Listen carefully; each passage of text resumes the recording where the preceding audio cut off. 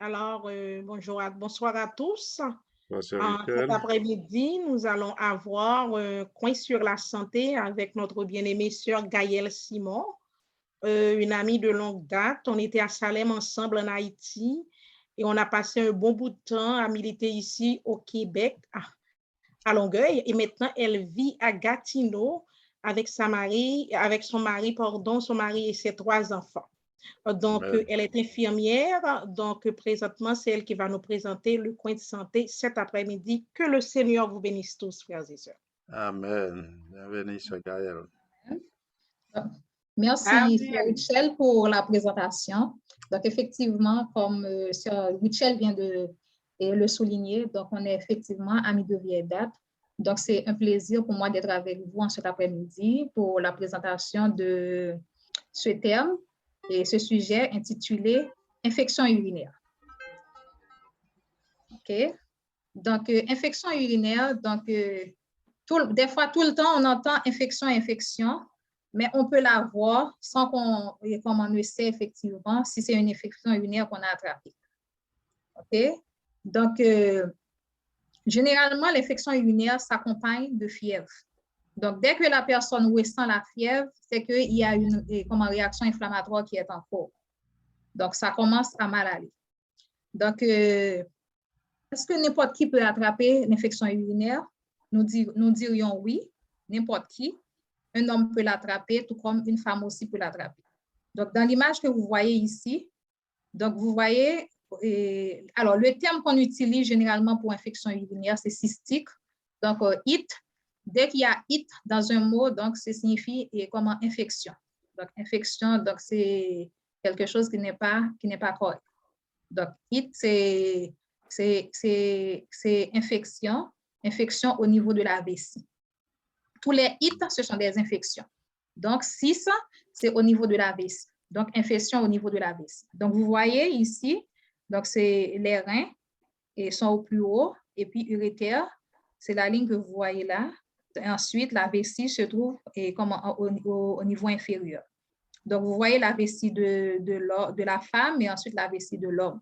Donc, si vous regardez bien, vous allez voir comment il y a une différence par rapport à l'urètre de l'homme et celui de la femme. Donc, chez la femme, l'urètre mesure 3 à 5 cm. Donc, c'est-à-dire que c'est plus court. Et chez l'homme, c'est 21 cm. Donc, ce qui voudrait dire que les femmes, ils sont plus à risque de contracter une infection urinaire. Parce que son urètre est plus petit. En général, quelle est la cause du cystite? Comme je viens de vous dire, donc cystite, c'est infection au niveau de la vessie. Donc, l'infection urinaire, généralement, comme je viens de le souligner, c'est le lot des femmes. Donc, on dénombre par 50 cas chez la femme ou un cas chez l'homme. Cela s'explique surtout par des particularités anatomiques de l'appareil urinaire féminin. On vient de le voir sur l'image. Qu'est-ce qui cause la cystite? Donc, habituellement, sans gravité, cette infection de l'urètre ou bien de l'urétère ou bien de la vessie, parce que quand l'infection, on l'attrape au niveau de la vessie, ce n'est pas traité, donc ça a tendance à monter, donc jusqu'à aller au niveau de l'urétère, et puis ça peut monter aussi jusqu'au niveau des reins si l'infection n'est pas traitée. Donc, généralement, c'est causé par des bactéries. Donc, c'est les bactéries qui causent l'infection. Ces bactéries sont surtout présentes dans l'intestin. Donc, vous savez qu'au niveau de notre intestin, nous avons des bactéries et ces bactéries-là, des fois, c'est vraiment protecteur pour notre flore intestinale. Comme par exemple, Escherichia coli, qu'on appelle E. coli. Et puis, mais qu'est-ce qui se passe? Généralement, ces bactéries, quand on va à la toilette, ça passe normalement et quand on va faire des selles, donc ça sort. Et malheureusement, ces bactéries peuvent se retrouver au niveau de l'urétère. Pourquoi? C'est parce que quand on se lave, des fois, il y a des personnes qui ne savent pas comment se laver. Donc, lorsque ces infections touchent la vessie, comme je viens de vous souligner, on parle de cystite, donc il s'agit d'un type d'infection le plus commun qu'on peut avoir. Donc, quels sont les facteurs de risque par rapport à l'infection urinaire? Donc, les éléments qui peuvent causer ça. Généralement, on trouve l'activité sexuelle, donc la grossesse et la ménopause chez la femme. Il y a l'emploi d'un diaphragme ou de spermicide. Ensuite, la période des menstruations, le diabète, une maladie de la prostate, et puis il y a les relations sexuelles aussi, bon, anales, donc ça, bon, c'est surtout pour les non-chrétiens. Et puis, il y a l'âge. Donc, tous ces éléments, c'est des facteurs qui peuvent causer l'infection urinaire. Si on prend un exemple par rapport à l'activité sexuelle, et normalement, pour l'activité sexuelle, donc, quand on finit d'avoir des relations sexuelles, normalement, c'est toujours bien d'aller uriner. Donc, quand on urine, c'est un élément qui peut faire sortir les bactéries qu'on a attrapées si ça se produit. Quels sont les signes et les symptômes de l'infection urinaire? Donc, si vous voyez que vous avez des envies fréquentes d'aller uriner le jour, parfois même la nuit, donc il faut commencer à avoir à être allumé. Commencez par vous allumer parce qu'il y a quelque chose qui ne marche pas. Si vous avez l'impression constante d'avoir besoin d'uriner, donc ça veut dire que vous avez la sensation d'aller uriner tout le temps. Donc, il faut commencer à vous poser des questions. Vous pouvez avoir aussi des douleurs ou une sensation de brûlure au moment d'uriner. Ensuite, les urines, quand vous finissez d'uriner, donc vous regardez l'urine, vous voyez que c'est un peu brouillé et ça peut même dégager une odeur forte. Vous pouvez avoir aussi une pression dans le bas du ventre, surtout au moment d'uriner ou bien après. Et ensuite, d'autres symptômes qu'on peut avoir aussi, donc une coloration de l'urine ou bien la présence du sang dans l'urine. Donc, tout ça, c'est des éléments c'est des symptômes de l'infection urinaire. Mais généralement, ça commence toujours par le début, comme par exemple, tout le temps, vous avez envie d'aller uriner. Bon, si vous buvez beaucoup d'eau au cours de la journée, donc vous urinez souvent, donc là, c'est en raison du fait que vous avez bu beaucoup d'eau au cours de la journée. Mais si vous buvez normalement, mais vous avez tout le temps des petites envies fréquentes, et ce qui se produit parfois, vous avez l'envie fréquente d'aller uriner, puis quand vous arrivez à la toilette, et comment vous n'urinez pas. Donc, c'est des signes qui doivent vous alerter. Quel traitement? Oui, il y a des traitements par rapport à l'infection urinaire. Donc, il y a des médicaments que l'on prend, et généralement, on prend de l'ibuprofène, acétaminophène, analgésiques non opioïdes. Donc, ce sont des analgésiques non opioïdes. Donc, bien que la plupart du temps, l'infection urinaire, c'est sans gravité sur le corps, mais cependant, cela peut devenir compliqué si ce n'est pas traité. Ensuite, si l'on tarde à se faire soigner, donc l'infection peut s'étendre, comme on vient de voir dans l'image, ça peut monter jusqu'au rein. OK? Donc, dans ce cas-là, on va parler de pyélonéphrite. Donc, quand l'infection comment laisse la vessie monte dans l'urétère, comme on vient de voir tantôt, donc, le rein est affecté, donc on parle de pyélonéphrite.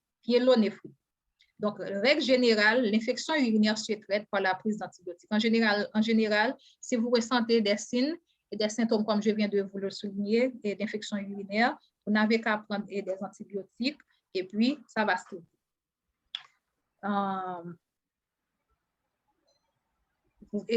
Votre pharmacien pourra vous donner tous les renseignements nécessaires si un tel médicament vous est prescrit. Pendant le traitement, il est recommandé de boire beaucoup d'eau afin de favoriser l'élimination des bactéries. Et ensuite, les douleurs au bas-ventre peuvent être soulagées avec des analgésiques, comme je viens de vous le dire, acétaminophène ou bien du ibuprofène. Mais cependant, si vous ressentez les signes et les symptômes que je viens de souligner, il ne faut pas que vous preniez au-delà de 4000 mg d'acétaminophène. Parce que l'acétaminophène, donc ça peut avoir des effets au niveau du foie. Donc, quel que soit le médicament qu'on prend, donc ça agit généralement sur le foie. Donc, il ne faut pas aller au-delà de 4000 mg. 4000 mg d'acétaminophène. Donc, il est surtout bien de contacter un pharmacien ou du moins d'aller voir votre médecin. Donc, il est important aussi de suivre le traitement au complet afin d'éviter toute récidive. Parce que quand vous prenez tout le temps des médicaments et puis vous ne continuez pas avec le traitement, Donc, vous pouvez développer une résistance bactérienne. Donc, ça veut dire même si que vous prenez la même quantité de pilules, donc cela ne va pas avoir d'effet. Donc, vous êtes obligé à chaque fois d'augmenter la quantité de pilules. Et ce n'est pas bon pour le foie et ensuite pour le rein parce que généralement, ces médicaments, ils sont métabolisés au niveau du foie et ensuite éliminés par le rein. Donc, c'est-à-dire que ça fait plus, les reins travaillent plus fort. Est-ce qu'il y a des préventions? Oui, il y a des préventions. Donc, moyen pour prévenir l'infection urinaire, il faut boire beaucoup d'eau, beaucoup de liquide. Et vous pouvez boire jusqu'à 6 à 8 verres d'eau par jour. Ensuite, dès que vous ressentez l'envie d'aller uriner, il faut aller à la toilette. Ensuite, avoir une bonne hygiène quotidienne de la région vulvaire et anale, et particulièrement avant et après une relation sexuelle. Ensuite, pour les dames, il faut vous essuyer toujours, vous lavez aussi de l'avant vers l'arrière. Il ne faut pas commencer en arrière pour aller de l'avant parce que quand vous vous lavez de l'arrière, donc vous comprenez, donc vous pouvez ramener des selles, des bactéries au niveau du vagin. Donc, il faut vous laver de l'avant vers l'arrière. Ensuite, il faut changer de protection hygiénique fréquemment lors des règles. Vous avez vu tantôt, j'avais dit que quand on a de la menstruation, donc c'est l'un des facteurs qui peuvent occasionner des bactéries au niveau du vagin, parce que si vous portez la protection hygiénique et vous laissez ça sur vous pendant plusieurs heures, donc cela peut occasionner des microbes. Et ensuite, il faut uriner après avoir une relation sexuelle. Donc, après chaque relation sexuelle, il faut toujours prendre le temps pour uriner. Prenez l'habitude d'aller uriner. Ensuite, il faut privilégier les vêtements en coton et les dames. Et aussi les hommes aussi, parce qu'il y a des vêtements en coton. Ensuite, il y a un jus qui est vraiment bon aussi. Donc, on n'a pas besoin d'avoir de l'infection urinaire pour le boire. C'est le jus de canneberge. Donc, vous pouvez acheter du jus de canneberge et boire en grande quantité aussi. Ça peut prévenir aussi l'infection urinaire. Encore, il y a d'autres, comme je viens de vous dire, donc le jus de canneberge dans tout ça. Donc, il y a certaines études qui portent à croire que la consommation du jus de canneberge permettait de prévenir l'infection urinaire et ses récidives. Certaines substances contenues dans les canneberges, par exemple, le proanthocyanine et des flavonines possédaient effectivement des propriétés préventives. Donc, c'est pour cette raison qu'il est conseillé de boire du jus de canneberge. Et ensuite, il y a même des études qui ont démontré que la présence de ces agents actifs permettrait d'empêcher que les bactéries n'adhèrent aux parois des voies urinaires. Donc, ça veut dire que buvez du jus de canneberge et vous allez en trouver, il y en a ici. Donc, ça va vous faire du bien. Et tout le monde peut le boire. Donc, on ignore toutefois la quantité exacte du jus de canneberge à boire. Donc, on ignore la quantité, mais cependant, vous pouvez en boire. Donc, vous allez bénéficier grandement de ces pouvoirs protecteurs. Donc, après tout, il s'agit de fruits aussi aux multiples vertus. C'est un fruit qui possède beaucoup de vertus pour la santé. Donc, en gros, c'est ça ma présentation. Donc, si vous avez des questions, donc je suis prête à vous répondre. Et si je ne peux pas répondre aussi, donc je pourrais revenir avec la réponse pour vous. Merci de m'avoir écouté. Non, merci. Moi, j'ai une question. Sur le jus de canneberge, est-ce que les diabétiques aussi peuvent prendre ça? Est-ce que le taux de sucre, c'est pas un problème pour les diabétiques? Bon, quelqu'un qui est diabétique, il est conseillé de voir ça avec son médecin, donc pour voir quelle quantité il peut boire. Parce que quand même, le sucre, donc ça fait augmenter le taux de glycémie dans le sang. Donc, si vous êtes diabétique, vous pouvez voir ça avec votre médecin pour savoir quelle quantité vous pouvez boire. Et ensuite, si vous êtes diabétique, alors ça va dépendre aussi du niveau du sucre. Si vous avez un niveau de sucre, par exemple, 7, 8, donc vous pouvez boire, vous pouvez boire du jus de canneberge, mais pas en grande quantité. Donc, un petit demi-verre, ne vous fera pas défaut. Un petit demi-verre. Mais si vous êtes vraiment hyperglycémique, donc il faudrait voir ça avec votre médecin. Ok, merci. Mais pas boire trop. Donc, est-ce que vous êtes sur l'insuline? Non, non, Ah, OK, vous n'êtes pas sous insuline, mais vous pouvez boire un petit peu. Et quand même, vous buvez du jus chez vous, hein? non, Vous ne buvez pas de jus. non, non. Je Mais mange des j'ai fruits, vu aussi, je mange juste des fruits, c'est bon. C'est- je prends mes jus à travers des fruits. OK, donc il y a le fruit de canneberge aussi. Si vous voyez le fruit, vous pouvez manger les fruits. Donc, les fruits, c'est bon aussi pour la santé. C'est encore mieux parce que les fruits, là, C'est ils mieux que possèdent le jus. comment, des sucres naturels. C'est ça. Donc, c'est bon pour la santé.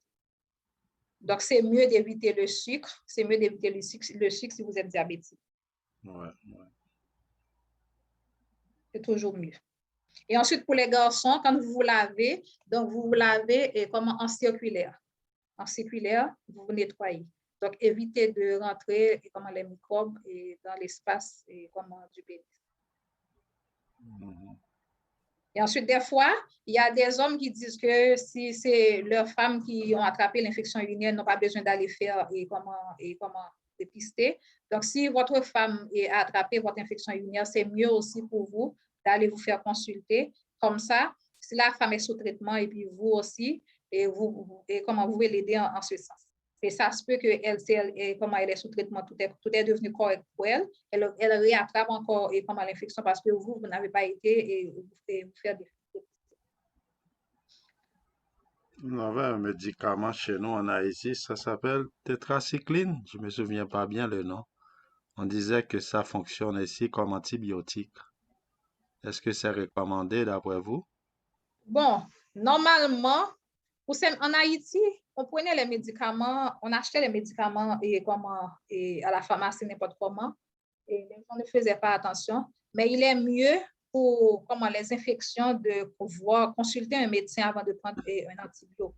Le problème, c'est que ça se peut que la bactérie que vous avez et puis l'antibiotique que vous prenez ne marche pas avec la bactérie que vous contractez. Parce que chaque type de bactérie a un antibiotique particulier. Un type d'antibiotique. Il y a plusieurs types d'antibiotiques. Okay? Il y a tétracycline, il y a pénicilline, il y a amoxicilline, il y a toutes sortes. En général, quand la personne contracte l'infection, donc on vous fait faire un test un test de dépistage pour voir quel type de bactéries vous attrapez. Donc, selon le type de bactéries que vous attrapez, donc il y a des antibiotiques qui sont plus forts, il y a des antibiotiques aussi qui sont plus faibles. Donc, le médecin, lui, il va savoir quel type d'antibiotique il va vous prescrire.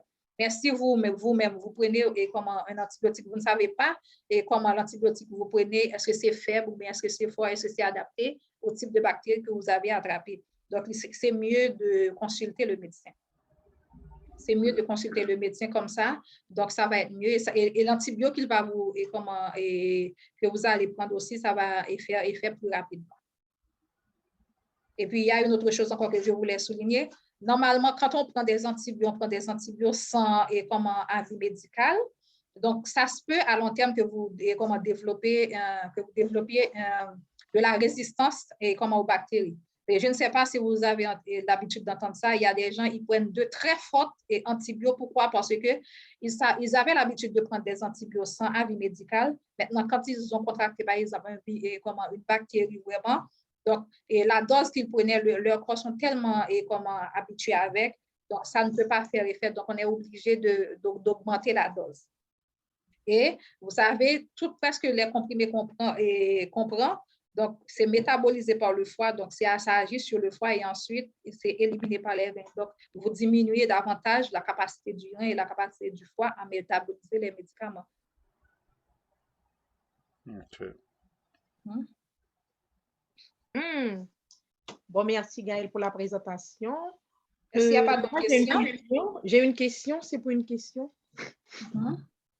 Concernant les symptômes, est-ce que ce sont les mêmes symptômes qu'un enfant peut avoir si toutefois un enfant attrape l'infection urinaire? Est-ce que l'enfant va avoir besoin d'aller faire pipi de temps en temps? Oui, est-ce que l'enfant va ressentir ces mêmes symptômes qu'un adulte? Un enfant. J'ai dit un enfant comme un enfant à la garderie, à l'école, en primaire, tout ça. Oui, généralement, c'est les mêmes symptômes.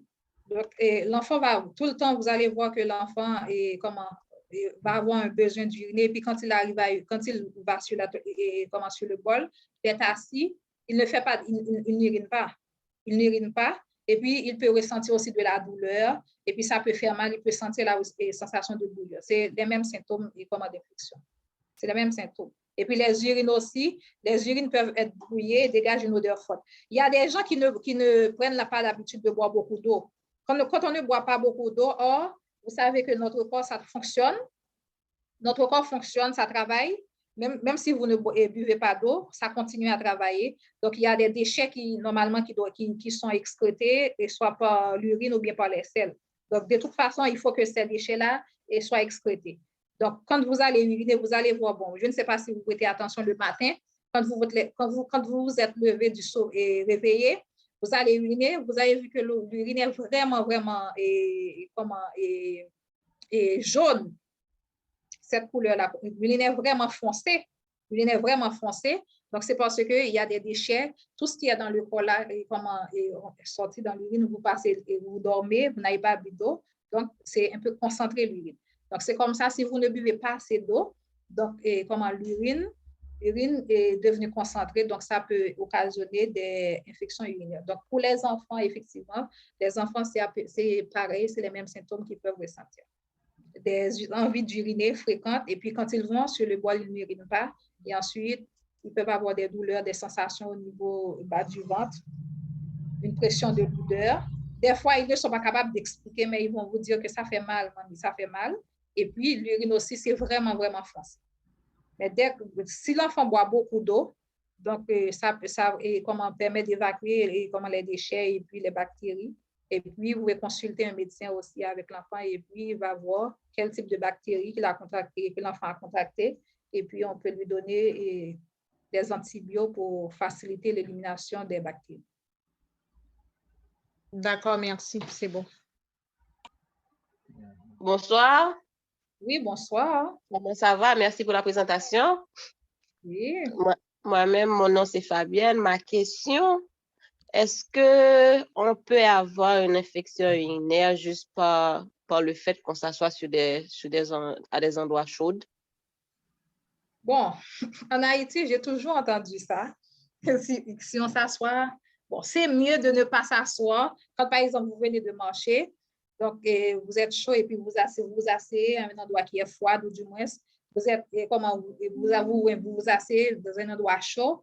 Mais bon, scientifiquement, ce n'est pas prouvé que quelqu'un qui est assis à quelque part, donc cela peut provoquer des infections urinaires. Donc, peut-être vous pouvez attraper du chaud ou bien du froid, mais ce n'est pas prouvé scientifiquement. Mais chez nous, on disait tout le temps, c'est mieux d'éviter de faire ça, mais ce n'est pas prouvé scientifiquement. Mais est-ce qu'une femme peut attraper ça par la toilette, il y a des places qui sont sales, qui ne sont pas propres, des toilettes publiques. Une femme peut attraper une maladie là-dedans, n'est-ce pas vrai? Non? On dirait oui, parce que tout ce qui n'est pas propre peut peut causer des maladies. Donc, les femmes, comme vous venez de voir, donc les femmes, leurs uretres sont vraiment, c'est vraiment court, donc ils peuvent attraper facilement des microbes comparativement aux hommes. Donc, dès que l'endroit c'est sale, bon, moi, je conseillerais aux femmes de ne pas s'asseoir sur les bols de toilette. Et c'est des bols de toilette publics chez vous, oui, mais publics, non. Parce que on peut attraper n'importe quel microbe, n'importe quelle bactérie, sur le bol de toilette. On peut attraper n'importe quelle bactérie. C'est mieux de ne pas s'asseoir. La prévention, c'est mieux. Et puis, porter des culottes propres et puis vous laver normalement à l'heure. Donc, et puis, buvez beaucoup d'eau parce que beaucoup d'eau, c'est bon. Quand vous buvez beaucoup d'eau, même quand vous buvez beaucoup d'eau, vous sentez que votre organisme, votre corps fonctionne bien. Et vous allez uriner, vous voyez votre urine, l'urine est vraiment claire. Donc, c'est un signe que tout est correct. Et puis, quand vous urinez aussi, vous ne ressentez pas de douleur et de brûlure. Donc, c'est des signes que ça va bien.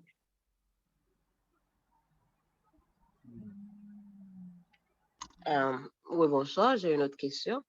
Oui. Est-ce qu'on peut avoir une infection en portant juste par la texture de la toile que vous portez, les linges? Ou encore, est-ce qu'on peut s'infecter soi-même en portant des linges sales? Oui. Et j'ai oublié l'autre chose. OK. Et bon, c'est mieux, comme je viens de le dire, de porter des vêtements en coton pour nous les femmes. C'est mieux.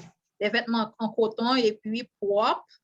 Donc, la toile, au départ, ça peut provoquer des irritations. Vous allez sentir dès que vous portez les tissus, si ce n'est pas correct, vous allez sentir une irritation que de temps en temps, comme si ça passe sur ta peau. Vous sentez qu'il y a un inconfort. Vous allez ressentir l'inconfort. Mais si vous continuez à garder les tissus, donc ça peut provoquer des irritations. Et dès que vous commencez à avoir des irritations, ça peut commencer par gratter. Et dès que vous grattez, bon, ça va vous provoquer des sensations de brûlure. Et ensuite, par la suite, donc ça peut développer quand même des infections parce que dès que vous commencez à gratter, ça peut faire des petits saignements. Donc, des bactéries commencent à arriver parce qu'ils sont là. Ils sont là. Et généralement, les ongles, c'est l'un des éléments qui propage beaucoup de microbes. Donc, dès que vous commencez à gratter, donc déjà là, vous êtes en phase pour développer des signes d'infection. Donc, c'est mieux de prendre l'habitude de porter des vêtements en coton et ensuite propres. Et puis, s'il y a un tissu que vous voyez que vous ne vous sentez pas à l'aise avec, vous ne le portez pas. Vous ne le portez pas et puis vous vous nettoyez correctement. Donc, ça va aller bien. Merci. Question ça, maman qui m'a dit, lui. Il m'a dit, si on fait toilette clé avec de l'appui, c'est ça qui fait l'infection. Si on mettait culotte trop serrée tout le temps, c'est ça qui a l'infection. Bon, si la culotte est propre, cela ne va pas donner des infections, mais cependant, c'est un élément qui peut occasionner de l'infection parce que si ça serre trop, et puis ça serre trop, et puis ça peut pincer la peau, faire des rougeurs. Donc, la rougeur, là, ça peut occasionner de l'inconfort, et puis vous grattez, ça commence à se gratter parce que je ne sais pas si vous avez déjà fait l'expérience. Quand quelque chose est vraiment serré sur la peau, quand on enlève, c'est comme si on a envie de gratter. Donc, ça peut faire des plaies. Et puis, aussitôt que vous êtes en présence des plaies, donc cela peut occasionner de l'infection. Donc, c'est un élément qui amène un autre élément. J'ai une question, mais c'est un peu gênante, mais... Il n'y a pas de question gênante. Ça fait partie de la vie. C'est notre réalité. Est-ce que pour nous, les gens mariés, c'est mieux pour nous, j'imagine, de se laver avant d'avoir une relation sexuelle? Oui. Oui, vous avez bien dit. Qu'est-ce que vous pensez? Parce que j'imagine nous pouvons prendre des infections. Prenons que vous avez quelqu'un qui n'est pas propre, l'homme ou la femme, des gens, il y en a des gens qui sont pas propres. Est-ce que c'est pas mieux pour éviter des maladies, d'infections, de demander à cette personne de se laver juste avant d'avoir une relation sexuelle? Donc, vous avez répondu quand même à la question. Oui. Donc, c'est mieux de se parler en couple. Donc, c'est bien aussi de se laver avant. Donc, quand on se lave avant, donc on se sent mieux, on se sent bien aussi. Donc, oui, on se sent bien, on se sent mieux. Donc, c'est plus facile aussi de faire les choses. Mais si vous remarquez s'il y a l'un des partenaires qui ne se lave pas, quand même, il va y avoir un sentiment d'inconfort. Bon. Donc, on ne va pas se sentir à l'aise. On ne va pas se sentir à l'aise pour tout faire. Pour tout faire et bien faire. Donc, c'est mieux de se laver. Entre nous, on peut se parler. Donc, on se baigne et puis, ça va bien se passer. Ouais, je pense que c'est mieux de se laver avant et après. C'est ça que oui. j'imagine. Oui, c'est ça. Parce que comme je viens de... Ma maman te dit c'est comme se laver les mains avant de manger. Oui, il faut se laver. Oui, on se lave les mains. On lave tout. On se lave tout. On nettoie tout. Nous, avec le corona, là, on doit se laver. Oui, on se lave, oui. On se lave, on nettoie tout, donc ça fait plus de bien que du mal. On Mais sait pas, on se protège, il faut qu'on se protège. C'est mieux de se protéger. on ne veut pas partager le corona, là. C'est mieux de se laver. Ok? Je Ça, c'est pourrais pour faire rire. ajouter, Ça, c'est pour faire rire. je pourrais ajouter que de faire dans le processus de l'action, on ajoute le bain dedans, on prend le bain ensemble. Ouais. Et puis, Amen, Sœur Caroline. Donc, on prend le premier bain, on se lave. C'est bien de se laver avec du savon. Mais notre corps, là, ça transpire tout le temps. C'est important. C'est Notre ça. corps, ça transpire. Mais même si vous venez de se baigner là, une fois que vous vous asseyez quelque part, votre corps transpire. Donc, déjà là, il y a ce que le corps transpire là, la sueur, il y a des bactéries là-dedans. Il y a des bactéries parce qu'il y a des gens comme, c'est pas tout le monde qui l'a, mais il y a des gens qui sont porteurs de SAM sur leur corps. Ouais. C'est pas tout le monde qui l'a, mais il y en a qui sont porteurs de SAM. Donc, quand vous vous lavez, donc vous nettoyez votre corps, donc c'est bien, donc ça empêche de propager, de partager les microbes. Donc, c'est bien de se laver. C'est bien de se laver. Et puis, quand tu as fini de faire aussi, quand vous avez fini de la relation sexuelle, il faut se laver aussi. Et puis, pour les femmes, il faut prendre toujours l'habitude d'aller uriner. Donc, quand vous urinez, si toutefois vous avez attrapé, il y a une bactérie qui est dans l'air, et comme je viens de vous dire, à cause de votre vessie qui est, l'urètre qui est vraiment court, donc, avec l'urine, là, la bactérie, ça va partir et tout naturellement. Oui, parce qu'il y en a qui pensent qu'ils sont très intelligents. La personne va mettre du parfum. C'est pas suffit. Moi, je dis toujours, c'est mieux de se laver avant. Non, le parfum, là, le parfum ne fait rien. C'est ça. Pour se laver. On se lave partout. On se lave, on brosse les dents, on fait tout. C'est ça. Amen. Oui. Amen, amen. Amen, Sœur Gaëlle. Oui, c'est vrai. Sœur Gaëlle n'a pas répondu à la deuxième partie de la question de Sœur Fabienne.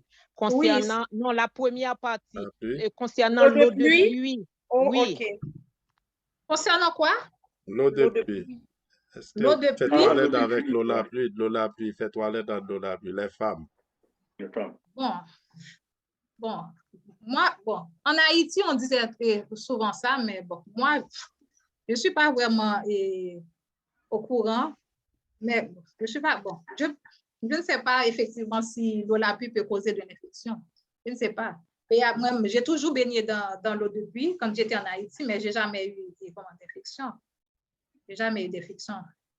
Je ne sais pas, ce n'est pas prouvé.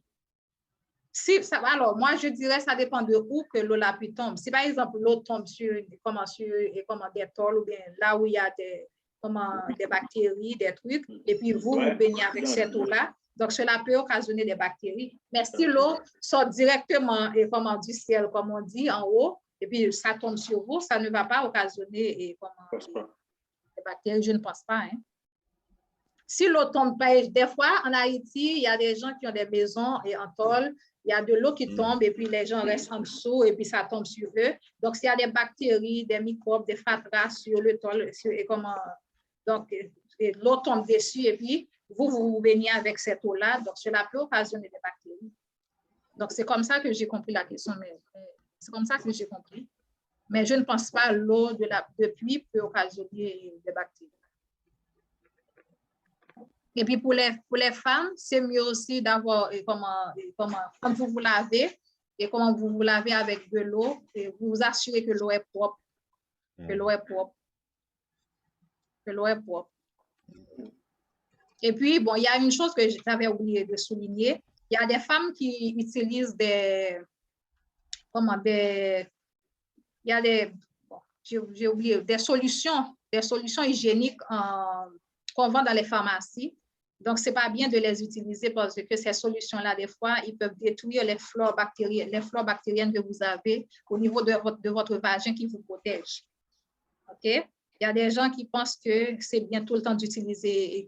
Dieu nous a fait Dieu nous a créés avec notre corps naturel, avec notre flore bactérienne. Donc, tout est bien chez nous. Ce n'est pas à nous de le changer. Donc, on est correct de la manière dont Dieu nous a créés. Donc, ce n'est pas nécessaire d'ajouter d'autres ou bien d'enlever. Quand on utilise des éléments hygiéniques, donc cela peut faire plus de tort à notre corps que de bien. Et puis, on n'utilise pas de savon aussi pour nous laver. Et le savon aussi, ça peut faire du tort aussi à notre corps. Donc, on n'utilise pas de savon. Et puis, ce n'est pas nécessaire aussi d'utiliser les doigts pour vous nettoyer. Donc, aussitôt que vous lavez, c'est correct. Et j'ai entendu des gens, des fois, qui rentrent leurs doigts à l'intérieur. Donc, ce n'est pas bien de faire ça. Donc, tout ça peut occasionner des microbes au niveau du vagin. Ouais, c'est vrai. J'avais une amie africaine dans son pays. Elle m'a dit que les femmes, elles n'utilisent pas de savon pour se laver. Non.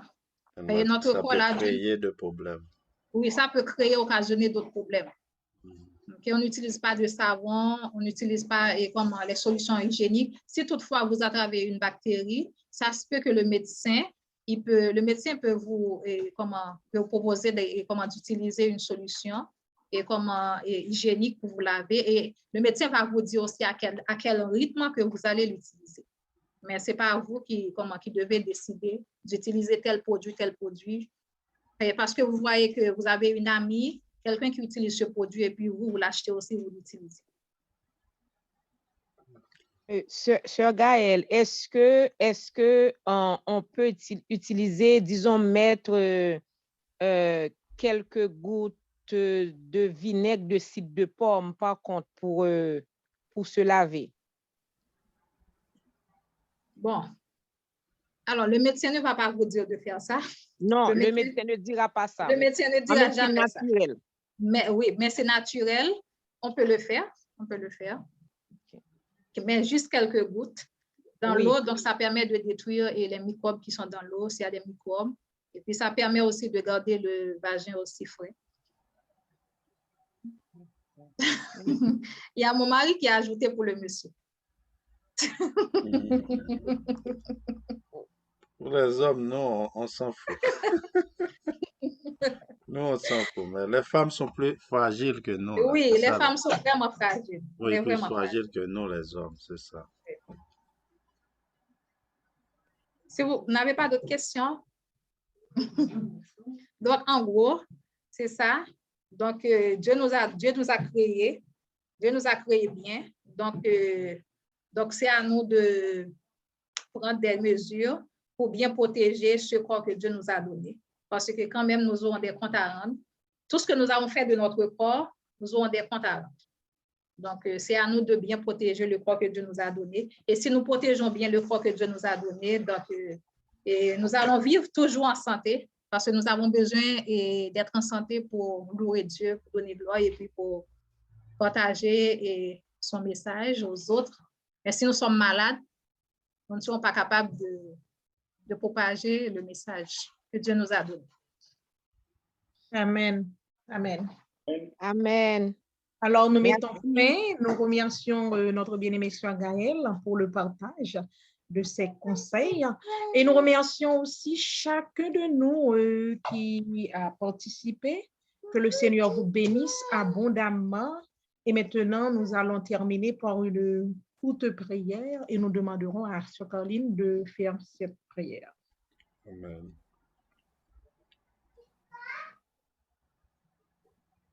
Sœur Caroline, peux-tu prier pour finir, s'il vous plaît? Oui, un moment.